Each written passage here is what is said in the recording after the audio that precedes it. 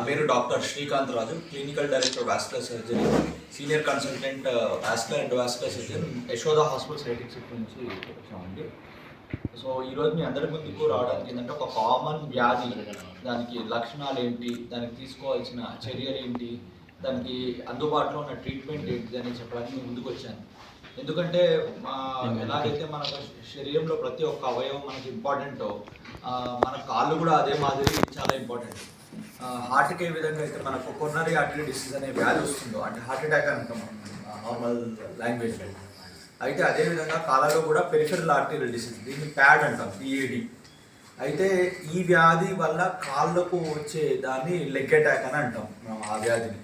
అది కూడా ఎలాగైతే హార్ట్ సంబంధించిన వ్యాధి లక్షణాల వల్ల ఎలాగైతే ఇబ్బందికరంగా మారుతుందో, ఈ పిఏడి కూడా అంతే ఇంపార్టెంట్ అనేది మనం గ్రహించాల్సిన అవసరం ఉంది. కాకపోతే ఈ విషయాన్ని ఎందుకు చెప్తున్నాను, ఆ వేలు కోయాల్సి వచ్చింది, అది కాళ్ళు తీసేసే పరిస్థితికి వచ్చింది, ప్రాణం పోయే పరిస్థితికి వచ్చింది, ఐసీయూలో చాలాసార్లు ఉండాల్సి వచ్చింది, కుటుంబం కూడా ఆర్థికంగా చాలా ఇబ్బందికరంగా మారాల్సి వచ్చిందని చాలాసార్లు వినుంటారు. ఎందుకంటే మన ఇండియాలో చాలామంది సింగిల్ బ్రెడ్ ఎర్నర్స్, వారి ఇంట్లో ఫ్యామిలీ పెద్ద ఒక కాలు తీసేసిన ప్రాణం పోయే పరిస్థితికి వచ్చిన కుటుంబం అంతా కూడా రోడ్డు మీద పడే పరిస్థితి వస్తుంది. కాకపోతే చాలామందికి ఈ అవగాహన లేకపోవడం వల్ల హార్ట్కి ఇచ్చినంత ఇంపార్టెన్స్ ఎప్పుడూ కాళ్ళకి ఇవ్వరు. దానివల్ల మేజర్ కాంప్లికేషన్స్లోకి వెళ్ళి వారి కాళ్ళు, ప్రాణాలు, అదేవిధంగా వాళ్ళ కుటుంబాలు కూడా ఎఫెక్ట్ అయ్యే పరిస్థితి వస్తుంది ఈ వ్యాధి వల్ల. ఆల్మోస్ట్ 30% ఆఫ్ డయాబెటిక్ పేషెంట్స్లో ఈ పెరిఫెరల్ ఆర్టరీయల్ డిసీజ్ అంటే ప్యాడ్ అనే సమస్య వస్తుంది.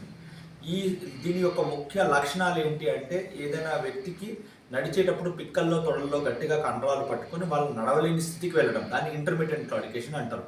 దీంతో మొదలవుతుంది ఈ వ్యాధి. దాని తర్వాత భరించలేనంత నొప్పి వేళ్ళలో, పాదాలలో వాళ్ళకి ఎంత ఇబ్బందిగా ఉంటుందంటే కొందరికి ఆత్మహత్య చేసుకోవడానికి కూడా ప్రేరేపించే అంత నొప్పిగా అది మారుతుంది.